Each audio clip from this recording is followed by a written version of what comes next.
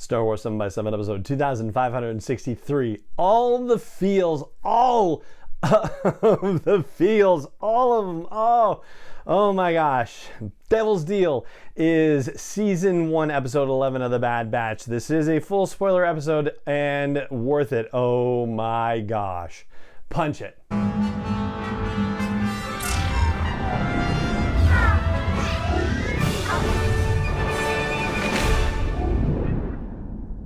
Hey Rebel Rouser, I'm Alan Voivod, and this is Star Wars 7x7, your daily dose of Star Wars joy, and thank you so much for joining me for it.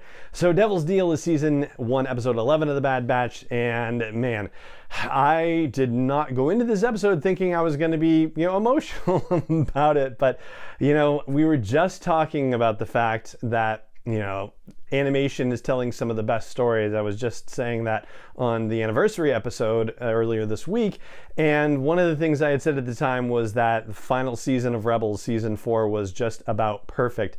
And the moment that Hera's name got mentioned in this episode, the hair on my arms started raising, and then to see her and Chopper in this, oh my gosh, so incredibly emotional. Did you have that reaction if you checked it out? I mean, I would love to know. And Cham, looking Hera in the eyes and telling her that he doesn't want her to have the kind of life that he had, to know what the history is and have that moment. Just kudos to the people making The Bad Batch because that was a moment that was just priceless and heartbreaking and beautiful all at once. But I'm jumping straight to the emotion, and this is supposed to be a briefing episode, so yeah, the cameo parade continues basically with The Bad Batch season 1, and Devil's Deal is no exception. It's also an unusual episode in the sense that The Bad Batch only plays a very minor role in this episode, but they're probably going to be playing a bigger role in the next episode. We knew we were going to go to Ryloth at some point in the season because of the next episode's title, Rescue on Ryloth, right? It was going to happen. We just didn't know that the rescue was going to be predicated on the events of the previous episode, in which the Empire has established a presence on Ryloth, and on the one hand, you can't imagine that's going to go very well, and Senator Orn Free Taa, who has been established as a corrupt politician that seems to be tolerated by the people, and, who knows, he keeps getting elected, so he's doing something right for himself, I guess, but anyway, Taa seems to be perfectly happy with the Empire and some refinery mining facility that they've built on the planet of Ryloth, but the people don't necessarily like Taa somehow, even though he seems to keep getting himself elected. And I'm sure there's parallels in our world somewhere, but be that as it may, they want to hear from Cham Syndulla that this is okay. And Cham does something shocking. He says that we have to give peace a chance and it's time to lay down our arms. And in private conversations, he says, people are tired of fighting, they just want peace. And that's what causes them to start turning in all of their weapons. But Cham's, is it his brother or his brother-in-law? I don't know. Hera calls him his uncle, and the uncle, isn't buying it. And so even though they turned in weapons, they made arrangements to get weapons from somewhere else, namely through Sid and the Bad Batch.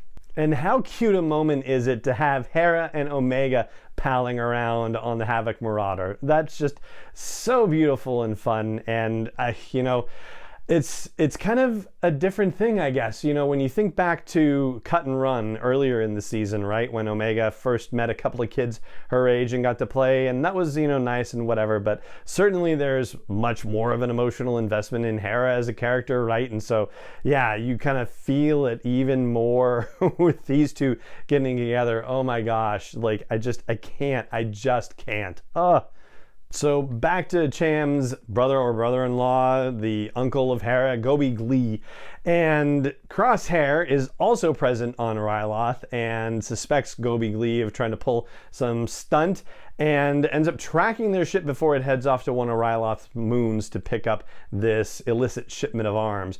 And when they arrive back, they shoot him down and capture him. So, oh my gosh, now Gobi Glee and one of his compatriots, who I think is Link, And it's not sure, like the audio description even just refers to them, her as a, his female pilot companion, but I don't know. There's also a character Link running around there too, so not 100% positive. Anyway, so Gobi and that female pilot companion, come on, there's got to be a name somewhere, and Hera Syndulla are captured and are being taken to the capital city in a convoy and have already been convicted of treason without a trial or anything like that. And that's the thing that pushes Cham back over the edge and makes him say, all right, yeah, even, against like what his wife was saying, she was like, why you trust them? They're hiding something. And he's like, oh no, we got to give it a chance.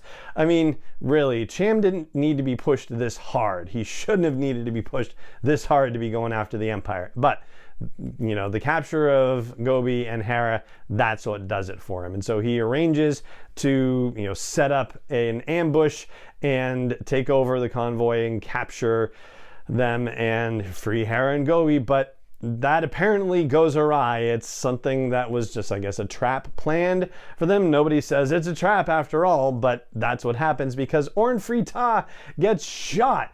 And Rampart, who is also there, decides that he's going to blame it on Cham and Elena and say like they're being arrested for the attempted assassination of Orn Free Taa. Now, I heard that and I was like, attempted assassination? Like Crosshair shot him in the head. So I was a little shocked by that.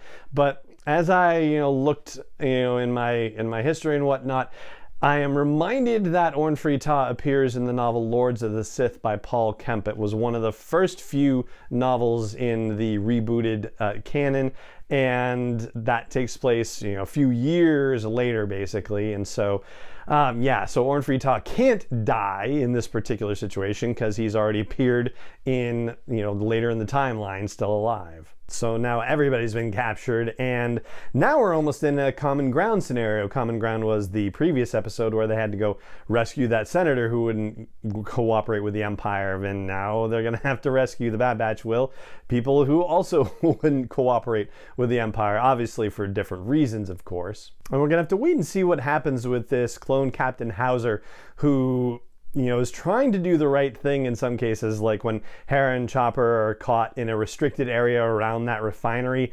They're returned back to the Syndulla family, and, Hauser says, look, things are kind of tense right now. Like, I'm not going to report it, but you can't let this happen again.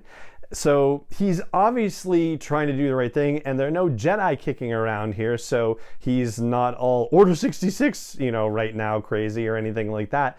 But yeah, I don't know if his loyalties are going to continue to be to the Empire, or if there are actually some cracks in that loyalty situation for him. Then ultimately a well done episode, and not necessarily as action packed as previous episodes, and that's okay. It's good to have the variety for sure, and it's a well thought out action scene when it happens, and has a lot of twists and turns because you just don't know how it's going to turn out, and you're surprised that it ends on a cliffhanger the way it does.